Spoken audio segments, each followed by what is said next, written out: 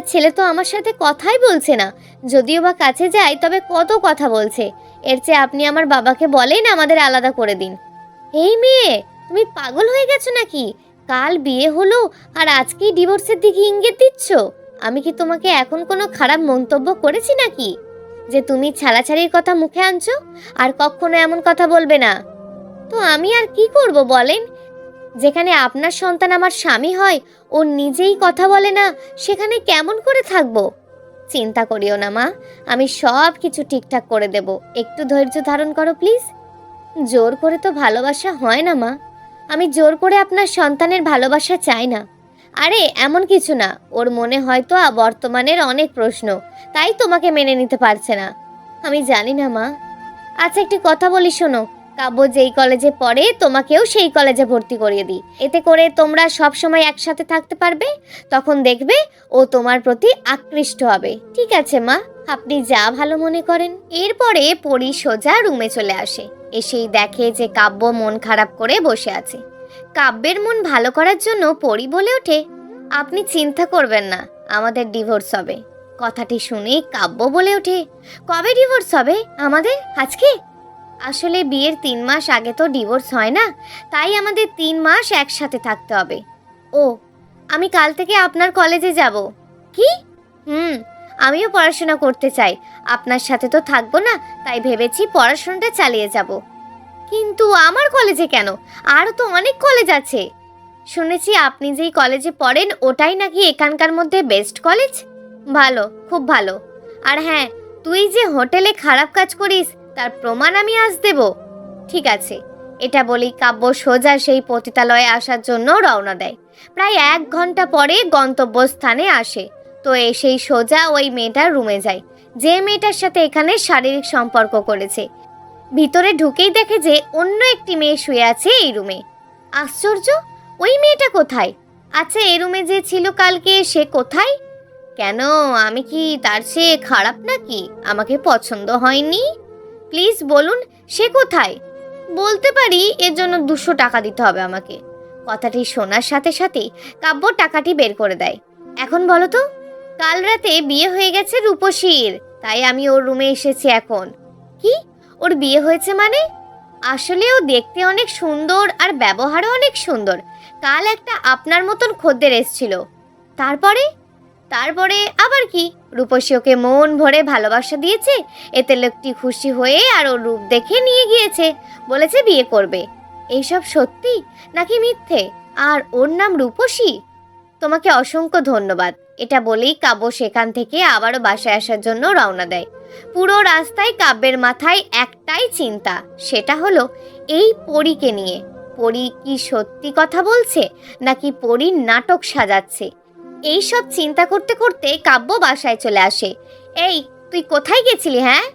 কোথাও না। কেন, কি হয়েছে? পরীকে নিয়ে ঘুরতে যা, ওর মনটা ভীষণ খারাপ। খারাপ তো আমি কি করব শুনি? আমি মন ভালো করার ওষুধ নাকি? আমি যেটা বলেছি সেটাই কর। আমি পারবো না ওই খারাপ মেয়েকে নিয়ে ঘুরতে। ও খারাপ না, খারাপ হলি তুই। যদি খারাপ জায়গায় না যেতিস এইসব মিথ্যে কথা কখনোই বলতে পারতিস না। কি? আমি খারাপ? হ্যাঁ হ্যাঁ, তুই খারাপ। তোর মতন সন্তান যে কেন আমাকে দিয়েছে সৃষ্টিকর্তা, ছোট থাকায় মেরে ফেলতে পারোনি? তাহলে তো আজ এমন কিছু হতো না। সেটাই তো ভুল করেছি। এইভাবে মায়ের সাথে ঝগড়া করে কাব্য নিজের রুমে চলে আসে। আমাকে নিয়ে কোথাও ঘুরতে যেতে হবে না, আমার জন্য আপনি অনেক করেছেন। আজ আমি চলে যাব বাবার সাথে। পরি বলল, আজ একটি কথা বলি, শোনেন।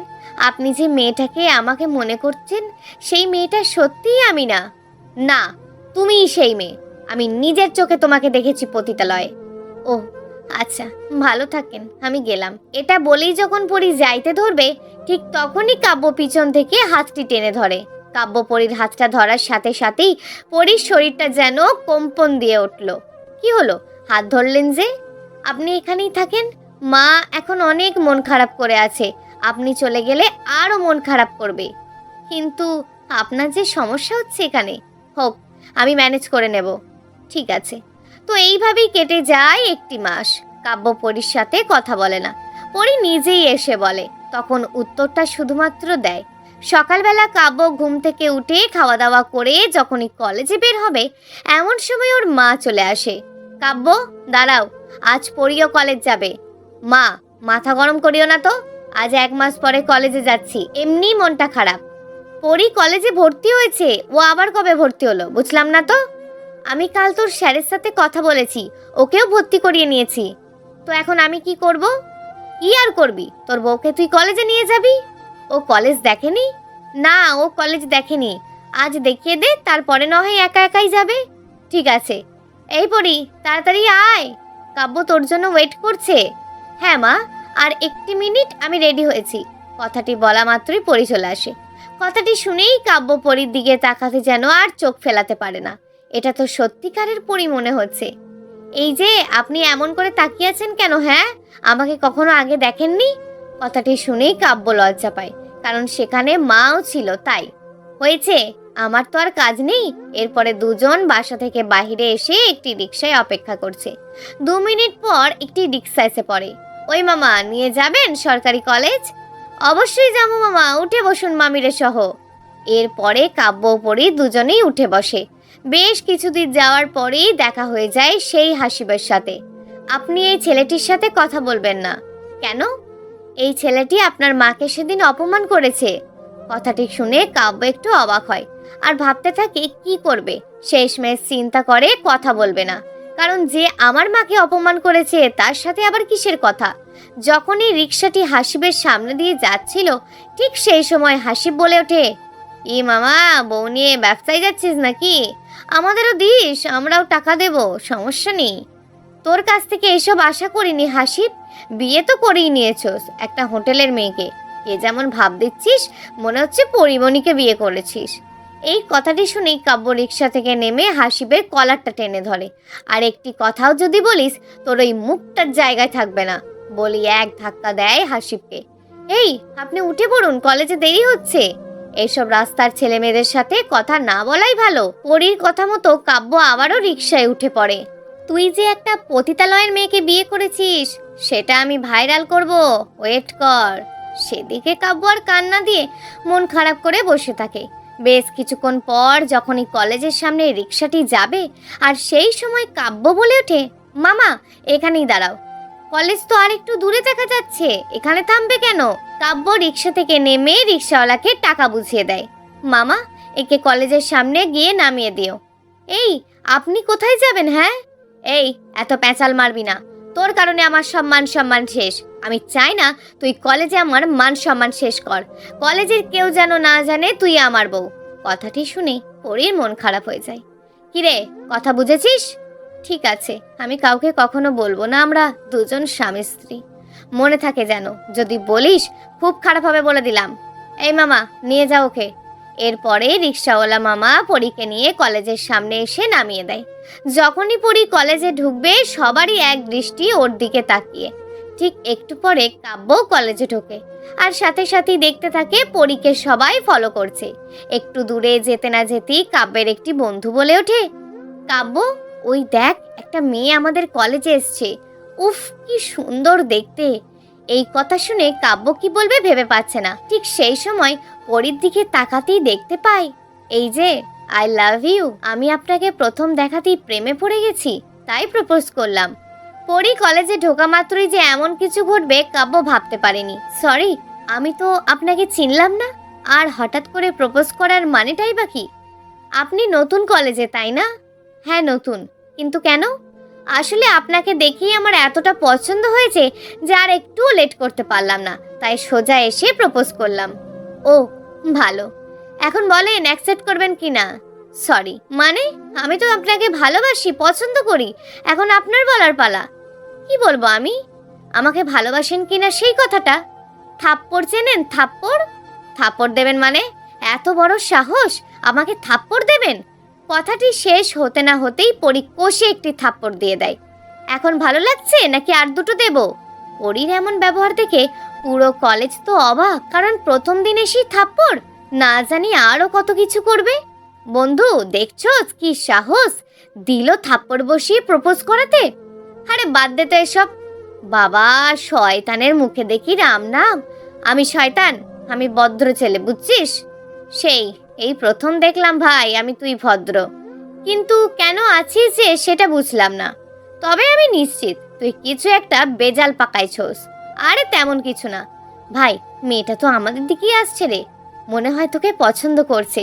এই দিকে আসা দেখে কাব্য একটু ভয় পায়, কারণ যদি কিছু উল্টোপাল্টা বলে এখানে আসে তবে মান সম্মান সব শেষ। আরে চুপ থাকবি তুই। এর মধ্যে পড়ে এসে জিজ্ঞেস করে, আচ্ছা আমাদের ক্লাসরুমটা কোনটা ভাইয়া? এই কথা শুনে কাব্য একটি নড়ে চড়ে উঠল, কারণ পরি সোজা ভাইয়া বলে ডাকলো। ওপর তলায় গিয়ে ডান দিকে গিয়ে যেই রুমটা ওটাই আমাদের রুম। ধন্যবাদ ভাইয়া আপনাকে। ঠিক আছে, আমি এই কলেজে নতুন তো তাই কিছু চিনি না। আমার নাম পরি, আপনার নাম কি ভাইয়া? কাব্য ভাবছে এই পরি কি আবার নাটক শুরু করলো রে বাবা। আমার নাম কাব্য। বাহ, অনেক সুন্দর নাম। আচ্ছা ভাই আসছি, পরে কথা হবে এক সময়। আচ্ছা। যখনই পরি একটু দূরে সরে গিয়েছে ঠিক সেই সময় কাব্যের বন্ধু বলে ওঠে, দেখ মামা, আমি কিন্তু নিশ্চিত তোদের প্রেম হয়ে যাবে। এখন আমাকে ট্রিট দিয়ে দে। চুপ করবি তুই? মামা আমি কিন্তু প্রেম বিশেষজ্ঞ, এই মুখ দিয়ে যাই বলছি তাই হয়েছে। ব্যাটা কলেজে কত ছেলে আছে, তাদের কাছে না গিয়ে তোর কাছে এসছে, তার মানে তোরে মেয়েটা একটুও পছন্দ করেছে। ভাই তুই কি এখন চুপ করবি? যদি চুপ না করিস তবে কিন্তু আমি এখান থেকে চলে যাচ্ছি। ঠিক আছে, চুপ করছি। নদীর খবর কি রে? নদীর সাথে কাল দেখা হয়েছিল, ও তোকে পছন্দ করে। কে? নদী বলেছে তোকে এটা? হ্যাঁ নদী বলেছে, ও ক্লাসরুমে আছে, চল। আচ্ছা চল। রাজ ও কাব্য দুজনেই ক্লাসরুমে চলে আসে, কিন্তু এসেই দেখে যে নদী পরীর সাথে বসে আছে। ডাক দিব কি নদীকে? না এখন থাক। তখন কাব্য লক্ষ্য করে যে নদী কি যেন বলছে পরীকে আমার দিকে তাকিয়ে। নদী বলল, এই পরী, ওই দেখো ছেলেটা, ওর নাম কাব্য। পরী চিনেও না চেনার একটু ভান করলো। ওই যে টিয়া কালারের শার্ট পরে আছে, ওর নাম। একবার দেখেছি, কিন্তু কি হয়েছে? ওকে আমি অনেক ভালোবাসি, ও আমাকে অনেক পছন্দ করে। এই কথাটি শুনেই যেন পরী থ হয়ে গেল, মনে হচ্ছে আকাশ থেকে পড়ল। কতদিনের সম্পর্ক তোমাদের? দুজন দুজনকে পছন্দ করি, কিন্তু এখনো বলিনি, তবে আজ বলবো ভেবেছি। ও অনেক সুন্দর না ছেলেটা? অনেক সুন্দর, তোমার সাথেই ভালো বানাবে। শোনো, আজ ওকে আমি ভালোবাসার কথা বলবো, সাথে তুমি থাকবে। আরে আমি কেন থাকবো বলো? তখন আমি ভয় পাবো না, মনে একটা শক্তি থাকবে তুমি থাকলে। না না, আমি পারবো না। আরে সমস্যা কি থাকলে? হ্যাঁ, আমি বলবো তুমি পাশে থাকবে। তুমি তো বলছো না। ঠিক আছে, তুমি থাকবে আমার সাথে। থাকবো। ধন্যবাদ তোমাকে। শোনো, টিফিন পিরিয়ডে বলবো এখন ক্লাস করি। সবাই ক্লাস করতে থাকে। এদিকে পরীর মনে যেন শান্তি নেই, ক্লাসে মন বসছেই না, শুধুমাত্র কাব্যের কথাই মাথায় আসছে। তবুও মন খারাপ করেই ক্লাস করতে থাকে। এইভাবে দেখতে দেখতে টিফিন পিরিয়ড চলে আসে। এই পরী, টিফিন পিরিয়ড হয়েছে, চলো এখন বাইরে যাই। চলো। এই বলে দুজনে বাইরে চলে আসে। এসেই দেখে যে কাব্য ও তার বন্ধুরা বাইরে আড্ডা দিচ্ছে। ওই দেখো কাব্য, ওর হাসিটা আমার কাছে এত সুন্দর লাগে যে বলে শেষ করতে পারবো না। হ্যাঁ অনেক সুন্দর।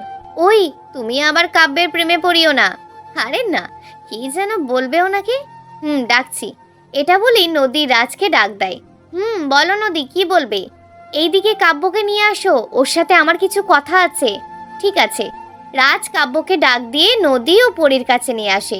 কাব্য এসেই দেখে যে এখানে পরীও অবস্থিত। এখানে যে পরী আছে সেটা জানলে কাব্য কখনোই আসতো না।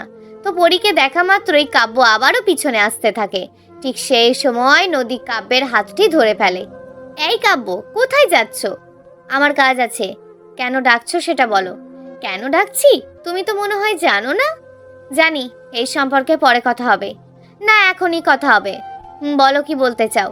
কথাটি বলেই যখন পরীর দিকে তাকায় ঠিক তখন দেখতে পায় পরীর চোখে অশ্রু এই আসবে।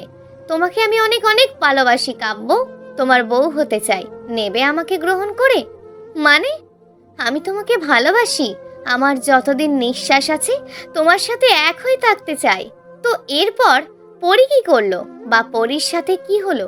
কাব্য কি পরীর ওপর রাগ করে নদীকে অ্যাকসেপ্ট করে নেবে, নাকি পরীর আসল পরিচয় খুঁজে বের করবে? পরবর্তী ঘটনা জানতে অবশ্যই চোখ রাখুন আমাদের পরের ভিডিওতে।